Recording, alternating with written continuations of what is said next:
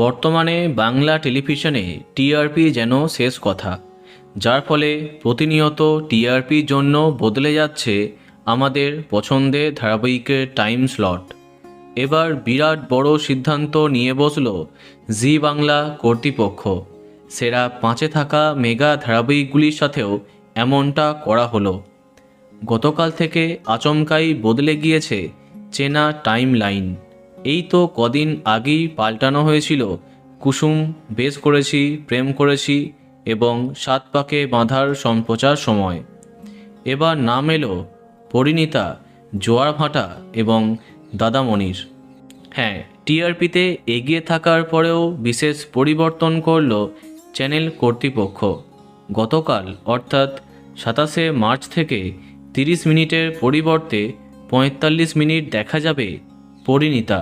অর্থাৎ এই ধারাবাহিকের নতুন সম্প্রচার সময় রাত 8টা থেকে 8টা 45 মিনিট।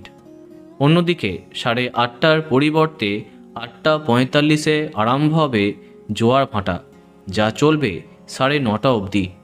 মানে এবার থেকে পরিণীতা এবং জোয়ার ভাটা 45 মিনিট করে হবে। তাহলে এখন প্রশ্ন, দাদামণি কোথায় যাবে? তাহলে কি দাদামণি এখনই শেষ হচ্ছে?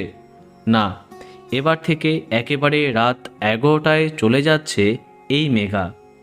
এবার এত রাতে খুব যে বেশি দিন চলবে না এই ধারাবাহিকটি, সেটা বলা বাহুল্য। দেখা যাক কি হয়।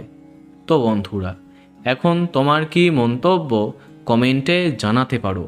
আর এই রকমই আরও অনেক ভিডিও পেতে সাবস্ক্রাইব কারেন্ট বস। ধন্যবাদ।